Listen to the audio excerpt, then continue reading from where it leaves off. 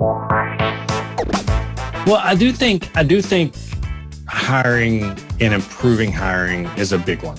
And it goes even beyond fit. What I've found is what I call 4-factor hiring is typically what I try to do, and I try to coach people, which is basically a lot of times when we think about hiring, we're thinking about what are the skills that this person needs and what are the extrinsic motivators, what pay and perks can we put out there to entice them to join us, right?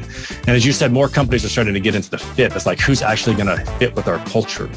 And then the fourth piece, though, is intrinsic motivators, which kind of gets into more like the purpose or growth or autonomy, or there's something about the work that makes the person want to do it beyond just getting paid for it. And the tech world's pretty funny. Most of us go home at night and we work for free, right? We go home and work on side hustles and side projects, and we do nonprofit work because we want to work on interesting things. So if you can find some way to find out what is interesting about your work and who would actually enjoy working on your problems, and then make that part of your hiring process and make that part of your ongoing retention process and things, then you can, to me, it's much more about the intrinsic motivators of employment are going to become much more important than the extrinsic motivators of employment going forward. And that people, again, it's definitely been shifting that people aren't staying for a long time, but I think you're going to see, people stay 3 to 5 years and companies be happy that somebody stayed 3 to 5 years and they got the value that they could.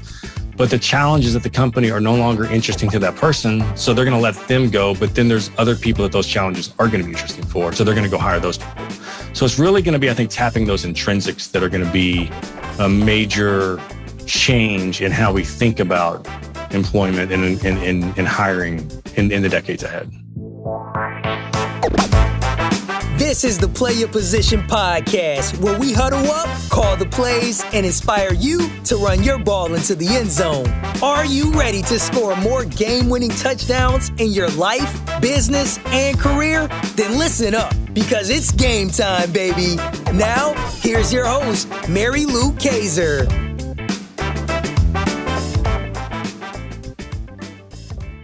Hello, Team PYP. Mary Lou Kaiser here. Welcome to another episode of the Play Your Position podcast, where we talk about leadership and what it means to show up in your life as a leader so that when you get to the end of your life, you can look back and say, you left nothing on the field. We talk about sports. We talk about moving forward. We talk about business. We talk about life. And today is no exception. I have got a wonderful guest today who is going to share his unique leadership journey with us.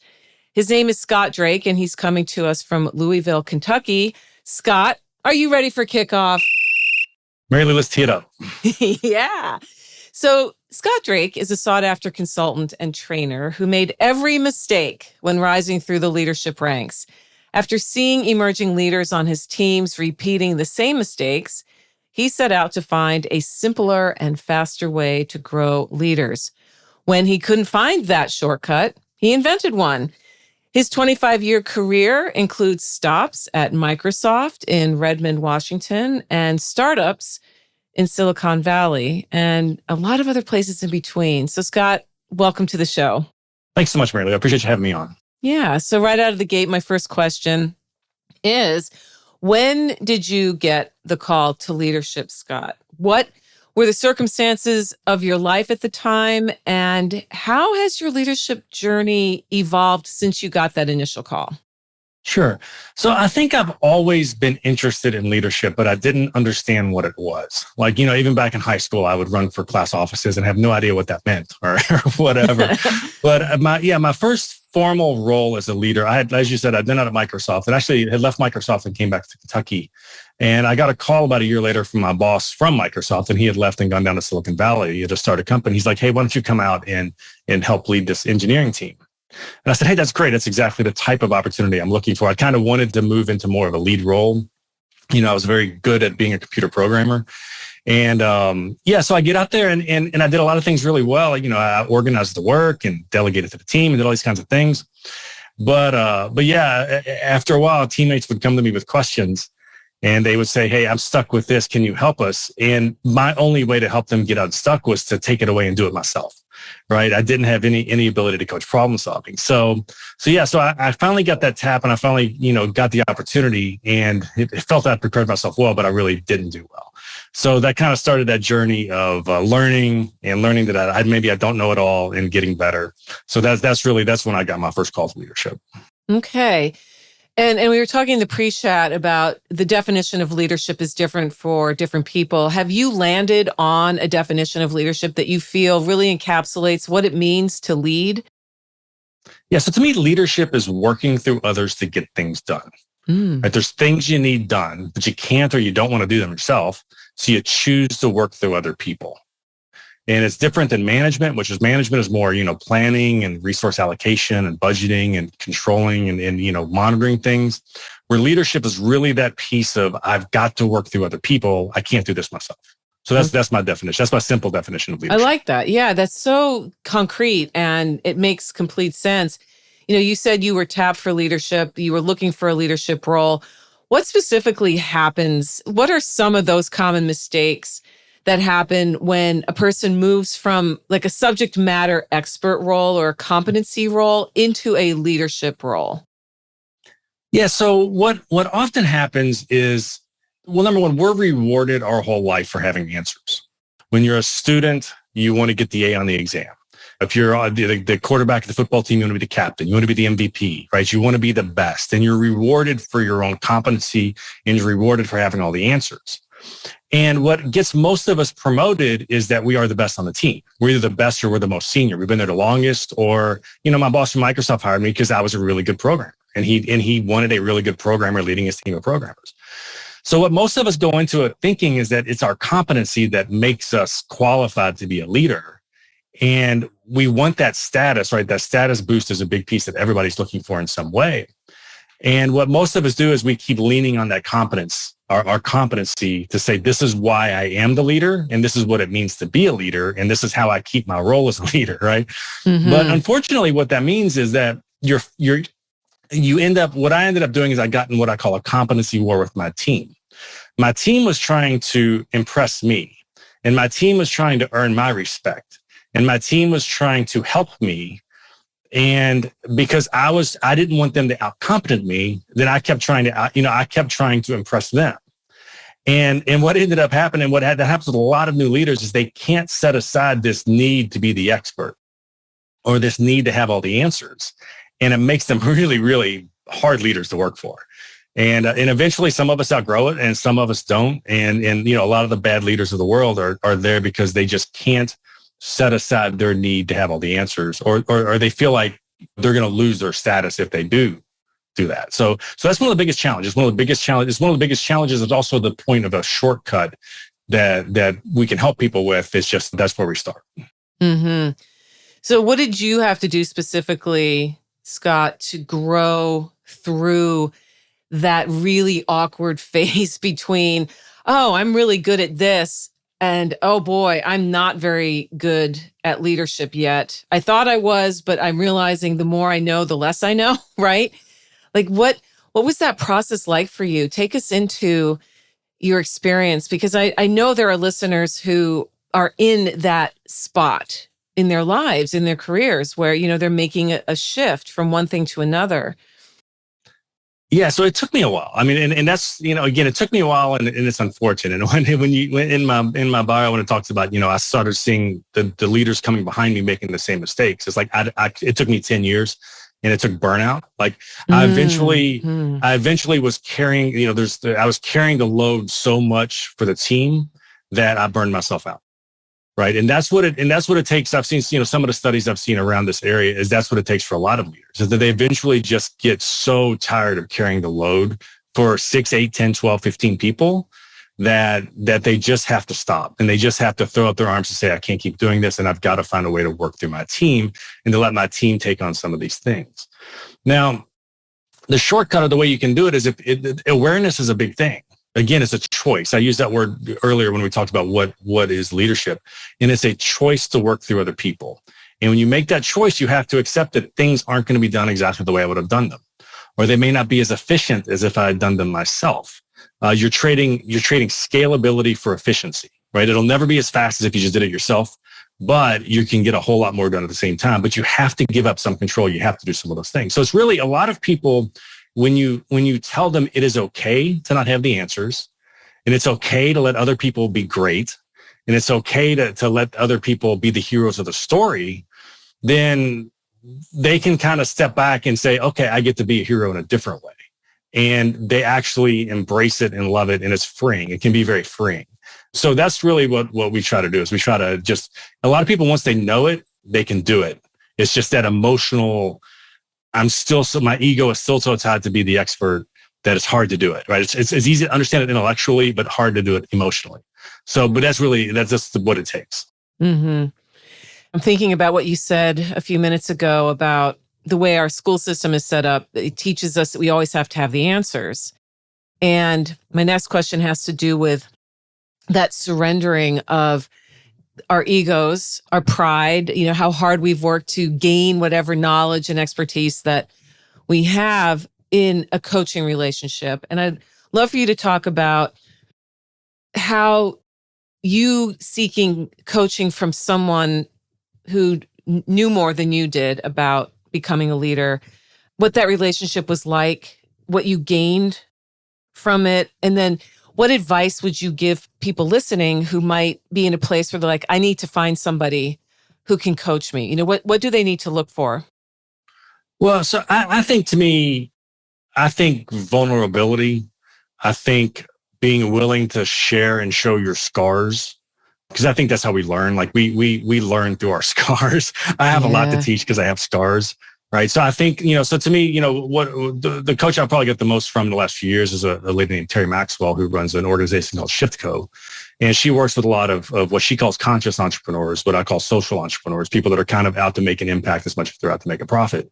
And she's been great just as far as helping really understand brand and market and some of those pieces that go into, a big piece of leadership. The starting point is casting a vision.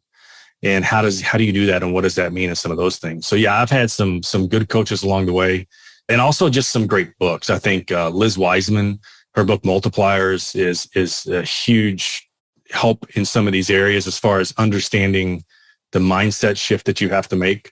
I think that's definitely one of the best books anybody can pick up. Okay, that's great, because that's not a book I'm familiar with. And my listeners, Team PYP knows they're always going to find here and there a great book recommendation from guests like yourself who, have benefited from someone else's experience. I agree. Books can be our greatest coaches, reading someone's story, knowing that we're not alone. And clearly, you struggled for 10 years. You've invented this shortcut that can help emerging leaders. When was the time, can you tell us a story, Scott, about a time when you found yourself playing out of position and things were not going according to plan, and you threw that game losing interception, or you fumbled the ball? What happened? What were the circumstances of that situation? And then what did you do to recover from it? Yeah, so I think the biggest mistakes that I've made along the way were, we can go back to the startup out in California. That was a big one where I had 8 or 10 engineers, and probably 4 or 5 of them I got value from, and 4 or 5 of them may not as well have been there. So I didn't really think about that, but do the math. I thought about this a few years ago. Do the math on that at $125,000 salaries for 4 or 5 people. You're $500,000 in a startup that really didn't raise that much money. So it was very, very, very wasteful. My inability to work through others was very. We may as well have crashed a couple of Ferraris in the parking lot or something. Oh, no. have a good time, right? So I mean, that's a big one. The other ones were hiring for expertise instead of hiring for our challenges, and then hiring for our team. Oh. And in the tech world, there's the ego thing again, of where you really want to feel like what you're doing is challenging and it's tough. And you want to hire these people that have these big pedigrees and that can do all these challenging things. But most of the work in tech is really pretty routine and pretty boring. And if you take a superstar and you put them on a boring challenge, they're going to invent challenges. They're going to find some way to make it challenging. So they're going to turn what should be this simple project into some big monstrosity. And so, so what I ended up doing in one company was hired somebody who I was really impressed by his expertise, and he made things so much more complicated than it needed to be. And he was also just really kind of a hard person to work with, a really nice guy, but really hard to work with. And he drove a lot of people away, and it was a big challenge. So that definitely taught me a lot about hiring and blending people on a team and what teams need and some of those things. So yeah, my big lessons were in hiring and in working through others. Yeah, it's true. To hire solely for expertise and not fit, not looking at the big picture of who are we here? What are our values? Will this person align with what we stand for? I think there's a growing awareness out there of the need for that. I was just speaking with someone earlier today about how many companies are struggling to find good talent. They can't find the fit. There's a lot of factors going on. There's the great resignation that's happening. Certainly the pandemic has played a role in things with the supply chain and certain roles being eliminated, and then the need for new roles when people don't have the skills. So we're in this really, really interesting and chaotic time, and yet it's so full of opportunity. And I'm curious what kinds of opportunities you're seeing from your vantage point out on the great playing field of life, Scott, as you work with different young up and comers and maybe some established leaders. What's going on out there? Well, I do think hiring and improving hiring is a big one. And it goes even beyond fit. What I've found is what I call 4-factor hiring is typically what I try to do. And I try to coach people, which is basically a lot of times when we think about hiring, we're thinking about what are the skills that this person needs, and what are the extrinsic motivators? What pay and perks can we put out there to entice them to join us, right? And as you said, more companies are starting to get into the fit. It's like, who's actually going to fit with our culture? And then the fourth piece, though, is intrinsic motivators, which is kind of gets into more like the purpose or growth or autonomy, or there's something about the work that makes the person want to do it beyond just getting paid for it. And the tech world's pretty funny. Most of us go home at night and we work for free, right? We go home and work on side hustles and side projects, and we do nonprofit work because we want to work on interesting things.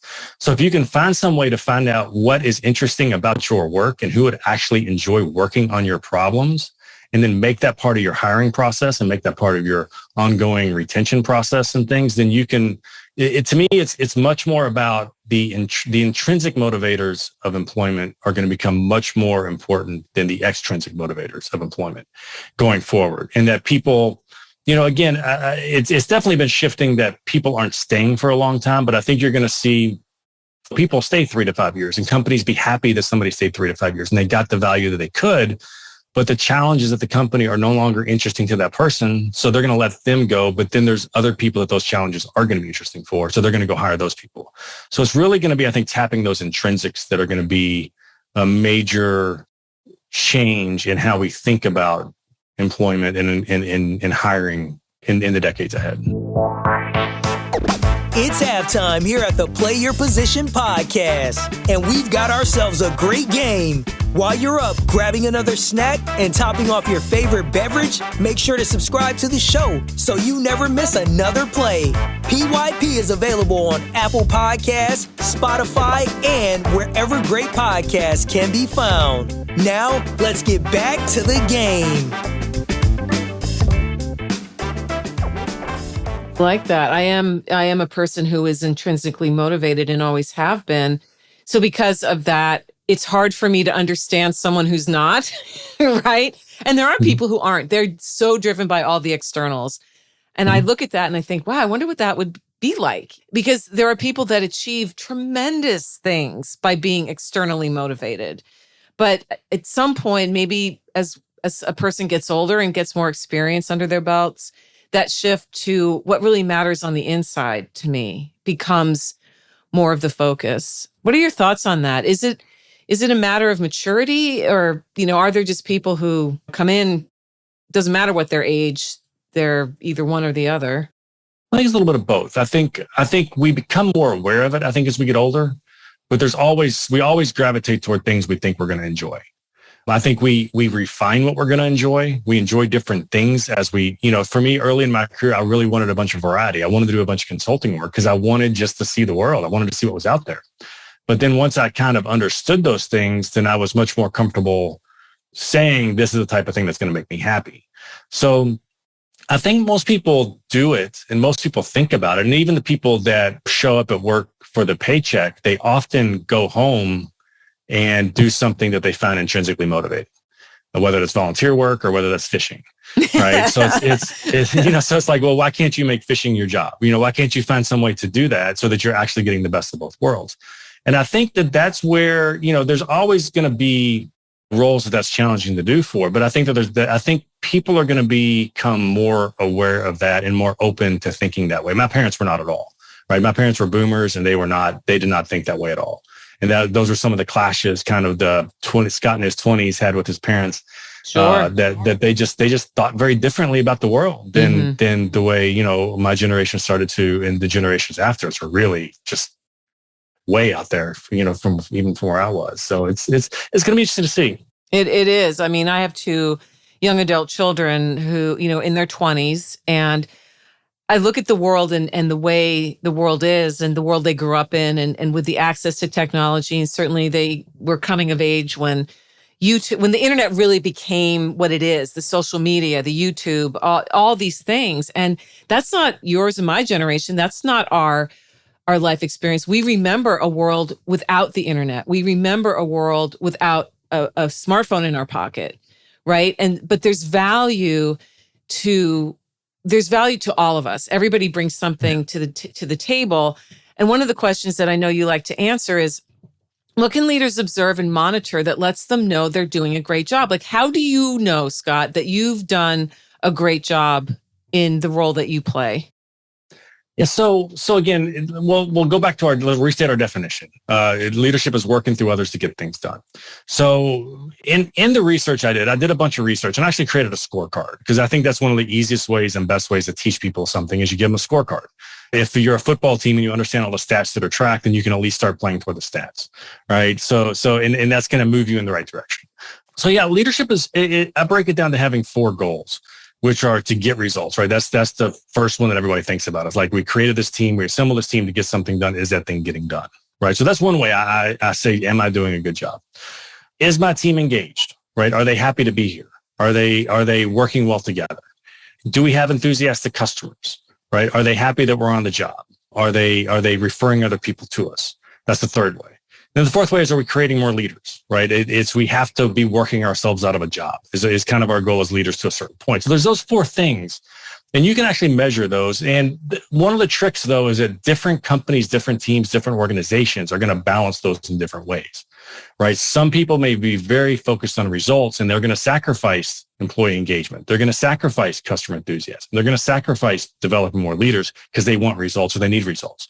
One company I worked with was in a really cutthroat industry with really high turnover, and there wasn't a whole lot they could do to please their customers or please their employees. So they really focused on results. Wow. But another company I worked at was in medical education, which is an extremely collaborative industry. And you would sacrifice results to take care of the limited, employee pool that you could draw from and the collaborators in the industry that you had to work with, right? So you would sacrifice some things to build those other things, but you can't really ignore them all. So to me, when you start looking at how do you know you're doing a good job, it's really looking at those 4 things, putting measurements around those 4 things, and then balancing them in a way that makes sense for your goals for your organization.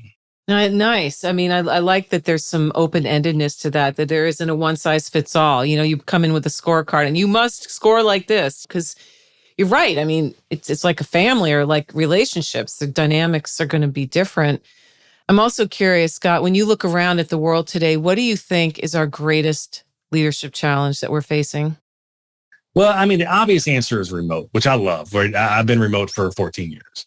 But I think the one that's creeping up that more and more people need to pay attention to is data and machine learning and artificial intelligence, and the impact that those are going to start having on different roles in different companies in doing different things. And the idea of data literacy, you're probably going to start seeing, I think, in the next 3 to 5 years, a lot more talk about data literacy, people being comfortable with data, how to get value from data, how to have I can't put together the financials for a company, but I can read the financials, right? So we're going to start to see more things coming out of data science teams. We're going to start to see more things coming out of data that we as leaders need to be comfortable at least reading and analyzing and asking questions about where it came from and what does it mean. So I think if there's one thing that I'm still trying to get my brain wrapped around, and I'm going to spend a good chunk of time in the short period ahead, is improving my own data literacy and really understanding what does that mean for my team and what does that mean for my organizations. Yeah, data science and analytics and machine learning. I mean, I think you've really hit it on the head. Are we going to reach a point where the data is going to tell us what we're thinking before we're even thinking it? I mean, how much of our humanness are we willing to trade for speed of information, answers? That, to me, that is a big leadership challenge. And then the other piece of it that I think is going to be interesting is that there's two types of work. There's routine work, which you can really put KPIs around. You can measure, my sales team makes X calls a week and they schedule X meetings a week and they make X sales a week. And as long as they hit their numbers, they're pretty predictable, right? Or this fast food restaurant sold X pounds last year and they need this kind of staffing and yada, yada, yada. And the data can tell us a lot and we can put KPIs around a lot of that stuff because it's very routine and mechanistic work. But most of that work, and humans used to play a big role in that work. But a lot more work is shifting into innovative work, where we're not just following a process, we are creating the processes. We are dealing with the exceptions. We are doing customer service. We are doing things that the machines and can't handle. And as leaders, we have to manage that work differently. We can't put KPIs or, you put KPIs on customer service and customer service reps want to get off the phone as fast as they can instead of taking care of the customer. So you have to be smart with how you apply data and how you think about it. And I don't think that most managers I run across don't think about both types of work because they haven't had to, right? All of our training was all about, this mechanistic, manufacturing world, right? But now the training has to be, you're managing innovation. You're not managing mechanistic stuff. So I think that's going to be a big change and something that people are going to struggle with. It's another kind of shift of thinking. Mm-hmm. Yeah, I think people are struggling with it now. Mm-hmm. But we're on the verge of, in the next 5-10 years, really seeing that shift spread more widely. And, our focus has been on other things in the last couple of years, certainly. But as we come out of this time and people start looking around again and saying, what's next? What am I going to do? I mean, these kinds of questions are going to be right there, front and center. Yeah. It's interesting. One of the things I like to do is I like to just kind of follow startup funding just to see what's getting funded. What is getting funded these days? So much stuff is AI, ML, machine learning. Yeah. It's all these kinds of things. I've got a friend of mine who his dream was always to be a VC, and he finally became a VC. And about 24 months later, he left because he ran across an idea for using machine learning and artificial intelligence to really scale retail companies, like small retail companies, like $2 million to $40 million revenue, that he can go in and using different AI and ML tools that they're building, and he can scale those brands in a way that you can't without those tools. And so basically he's become, an investor who buys those companies to scale them. And it's a completely different world, completely different paradigm, but it's basic retail, right? It's basic online, so it's not some crazy industry. It's not something that's foreign to us. It is the industries that we work in now are being the innovation in that space in every industry it's kind of interesting. It's interesting, but I think it's why it's important for people to really begin to build their own data literacy and understand what some of these tools can be and what they're going to be if they get released on us in the years ahead. Yeah, release the hounds, right? What's coming? Yeah. What's coming? I'm curious, what are your thoughts on crypto? That's a paradigm shift. I still look at crypto as a currency, and it's like I don't own any because I also don't own any euros. Uh-huh. I think there's some underlying technology with blockchain and some of those things that are kind of interesting, but they're not as interesting as the hype they get. Yeah. But I still don't. I'm kind of a Warren Buffett fan that if you don't understand it, don't invest in it. Mm-hmm. And I can't personally understand crypto beyond that it's just another currency. It's not tied to a state actor, which I guess could make it somewhat interesting, but it's still, at the end of the day, it's just another currency.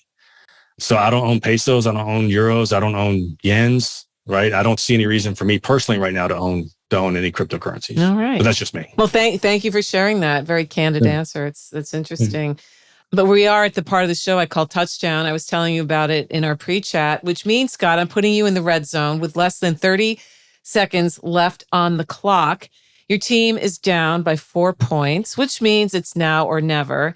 Tell us a story, if you would please, about a time when you metaphorically got that ball into the end zone for the game-winning touchdown. Yeah, so I think I'll tell one or two stories on, and this is just kind of feedback from my team. So it's one was when COVID broke, and it was just kind of a weird world. And I think one of the biggest keys for leaders is compassion. A lot of people talk about empathy. Empathy is being able to see the world through other people's eyes. And I feel like empathy is something you can learn, but it's almost something you can have, that you have or you don't. Where compassion is truly something you can choose, right? You can choose to care about people and look after people and be compassionate and just caring. That's kind of the approach I took, was to double down on compassion. When COVID broke and there's a lot of uncertainty, which is really one of the big stressors. There's just a lot of things around it. And I got feedback from a couple of team members at that 6 months later of just saying that they really appreciated the compassionate approach that I took and that others within the organization took around that. So I think it just illustrates the basic humanity of leadership, of just treating people well. And if you just treat people well, then they will treat you well, right? And they will respond well to you as a leader. So I think that's one of the very simple things, but it's one of the first things that kind of came to mind when we were talking about that question. One of the other ones is I had a guy, I interview a little bit, the way I interview employees is a little bit different. And I'm really trying to figure out what is going to make this person happy. Like my first interview with the person, I'll spend 45 to 60 minutes just really trying to figure out, what does this person like to do? What do they not want to do? What's going to make them happy? What's going to make the next year a great success for them? And I got to the end of one interview with the guy about a year ago. And he's like, that was the most interesting interview I've ever had, because I learned something about myself. I'm walking out of this interview having learned something, and I now better understand what I want to do, or what's important to me. Right. So me as an employer, it's like, I want to match up what I need with what you want to do. Right. We talked about that intrinsic motivation earlier. And so to me, that's one that also just kind of stuck with me, that the interviewing can sometimes just feel adversarial and all these things. But again, it's really about working to understand people and just trying to put them in a situation where they can be successful. So those were a couple that I think were really the things that made me feel like I was doing a good job as a leader. Yeah, I would say you did. Those are two excellent examples of how mindset plays a role in how we show up as leaders, and not always following the obvious path, inventing a different way of interviewing, for example, because you know what you're looking for. And yeah, I think about there was a time when the interviews were almost like this, like the most dangerous game. I don't know if you've ever read that story, but where it's like you're in there and your life is at stake. You don't know how to answer a question. I was talking to a gal the other day, and she was telling me she once was interviewed for a job, and they said, okay, we want you to rank these 3 situations in worst to best. And they were horrible. They were these awful things, like someone just ran over your dog. You just punched your brother-in-law in the face. I mean, just like horribly violent, terrible things that people would do to each other and animals. I'm like, what were they trying to discover in you when you rank these? And to me, that is not what you're talking about at all. That's more of just a weird, twisted game of some kind. I'm not sure what the psychology is behind that, but no, yeah. And my question is, what is it like to work at that company? Exactly. Who are these people? Well, yeah. But what happens a lot of times is that some consultant 15 years ago told them to start doing this, and they're still doing it. And it doesn't at all reflect what it's like to work there. No. Yeah. The tech world is notorious for putting people through these gauntlets that are just horrible. And then you show up and they want you to be your friend, and they want to be all friendly and all this. And it's like, why did you just put me through all of that? And now you want to be, nice. So there's this disconnect between how a lot of companies hire and what it's like to actually work at the company, right? And that's got to get fixed. We got to fix that somehow. Big time. And, it is a leadership issue because there are people that think, oh, we got to be tough. We got to look tough. Leadership is about making sure people know their place or recognizing the hierarchy. And that still exists out there. But, your definition, I think, is much more relevant and sane for really any time, but certainly the time we're in now and the time that we're heading toward. That it's learning how to let go of the things you can't do and finding the people that can do them with you, alongside you, not because you're at the top of the heap and pointing, now you must do this. It's more, how can we be symbiotic?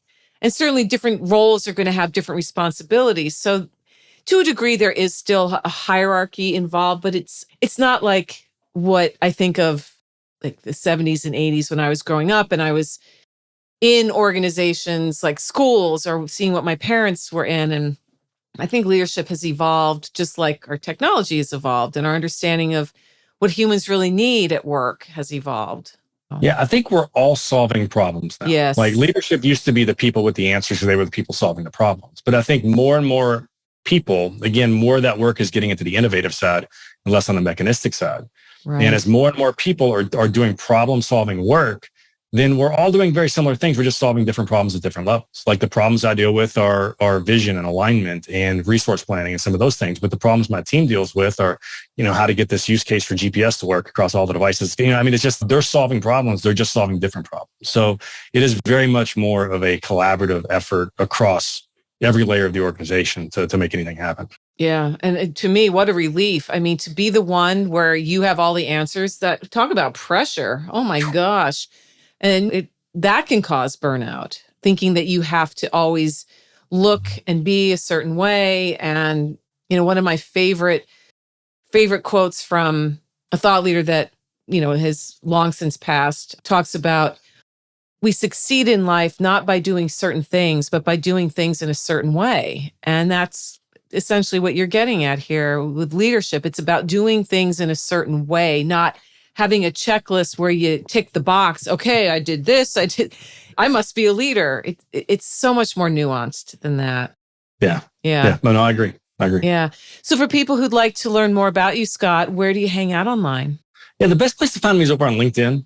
I do post there, and I talk a lot about leadership, and I talk a lot about hiring. Actually, I'm just started publishing a whole lot more on hiring and specifically interviewing, which Wonderful. To me is again, it's one of those pieces that I think people struggle with, and people don't do it often enough to get really good at it. Yeah. So yeah, I'll be publishing a lot more there on LinkedIn. So that's the best way to find me, or at jumpcoach.com. You can dig into our training and some of our tools and things at Jump Coach. Awesome. Yeah. So team, that those links will be on Scott's show notes page at pyppodcast.com, along with some details about him, and check out what he's up to and get in his world, especially if you are a leader, you're looking to hire, you have questions about what is the best way to make sure we get the right people on the bus, so to speak. Good, rich content, like it sounds like you're publishing, Scott, can be some of the best guides, because it's not something, nobody goes to school to learn about how to interview for your startup. It's like that they don't even have a section on that, but it's important because your company depends on the right people. So that's awesome. It's all short form. Yeah, it's all short form stuff. It doesn't take long. No, it doesn't take years. Right. You just got to find the right stuff. You got to find the right stuff, and you're a great resource for that. Well, before we say goodbye, I always like to end with asking my guest who your team is, Scott. Who or what are you watching on Saturday or Sunday? So yeah, as a kid, I had one autographed poster hanging on my wall, and that was of Chris Collinsworth when he was a receiver for the Bengals. So yeah, I'm a very happy person right now. I've been a suffering Bengals fan for a long time. So yeah, I typically follow the Bengals, and I'm also a pretty big Oregon Ducks fan. So I follow a little bit. I follow the Ducks, and then I follow the Chargers with Herbert and some of the other players in the NFL from Oregon. So those are, but definitely Cincinnati is the top of the list. Right, and we're right on the cusp of Super Bowl 56. When this airs, that game will have been played. We will know, did the Bengals make it? I am cheering for the Bengals. I would like to see, I just love the underdog and they are a great underdog story. So it'll be a good game. And this was a great conversation, Scott. Thank you so much for the work you do in the world, for being committed to growing leaders, for sharing your wisdom, for your humility, and the fact that you really do care about making the world a better place. I appreciate that. Mary Lou, thanks so much for having me on. I've had a good time. Hey team, Mary Lou here. Who's number one in football changes from year to year. Fashion trends come and go, same with musical tastes. But leadership skills, they never go out of style. In fact, these days, leadership is an essential survival skill for a world that demands more from us than ever before. To succeed these days, you need to know how to show up for yourself so that you can then do the work you love with people you like the way you want. The Play Your Position Leadership Playbook helps you do this, and it's free. Go to pyppodcast.com to download your copy today. If being more successful this year, next year, in the 21st century is on your to-do list, get your copy of the Play Your Position Leadership Playbook now. pyppodcast.com. It's at the top of the page. You can't miss it. That's pyppodcast.com, and start being more of the leader you are meant to be today.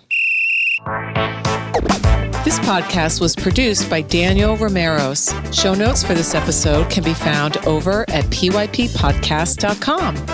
I'm Mary Lou Kaiser. Thanks for listening. Here at the Play Your Position podcast, we believe that the road to self-mastery and a life well lived starts with answering the call to leadership. That's when the fun really begins. Send this episode to any friends who might need to hear the inspiration and ideas you heard today. And feel free to rate and review us on your favorite podcast platform.